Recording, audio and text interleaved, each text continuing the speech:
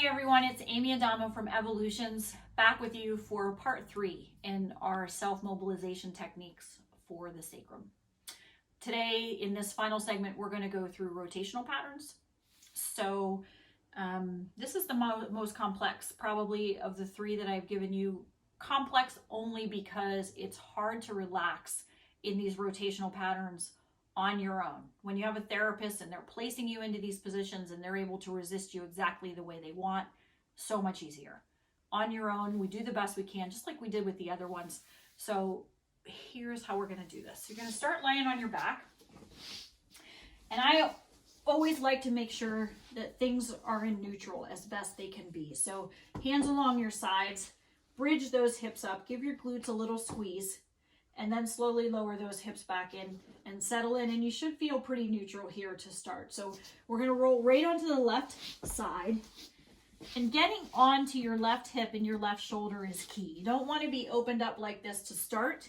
You want to be here with this bottom leg extended, top leg, foot tucked right behind the calf, and this top leg just kind of dropped into a position across your body. Now for your upper body, now you can use this top hand to push into the mat and sort of rotate your upper body so your chest is toward the ceiling. This back hand, this top hand, can rest on the floor. It can rest on your ribs, wherever it feels most comfortable. And sometimes when you get here, you might think, okay, well, I'd like to go a little further. And if that's the case, you can just shimmy your shoulders, but you want to be able to relax in this rotational place. Once you get here, settle in. And then this bottom hand is going to rest on the outside top of this top thigh.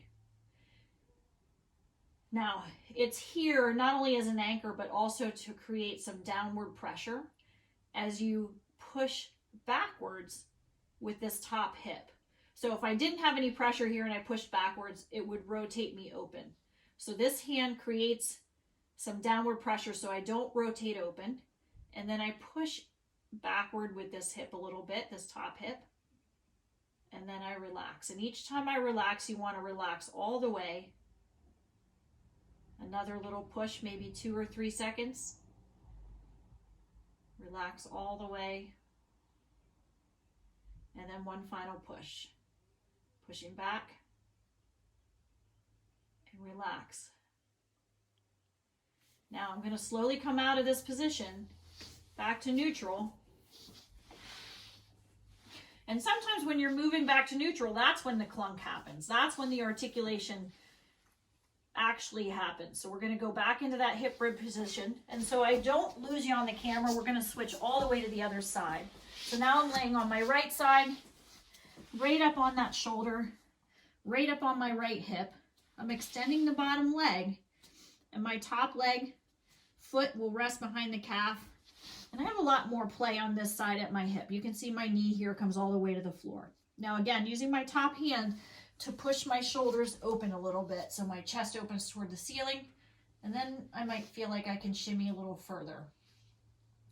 I'm going to settle into this position first and then create some pressure with this top hand. So again, pressing down into this thigh, pressing backward with this hip. Maybe a 2 or 3 count, and then relax between. Stressing again the need to completely soften as best you can between those contractions.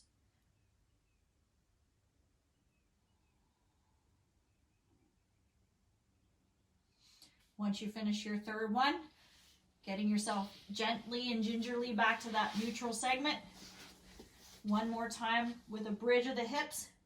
Each time you come up, you might notice that you have more play in those hips, that each time you did something, they loosened up a little bit and you were able to get your hips into a more mobile position. So that completes our series on our sacral mobilization. If you have any questions, you can reach me through the Evolutions website. And thanks so much for joining me. Have a great day. Bye-bye.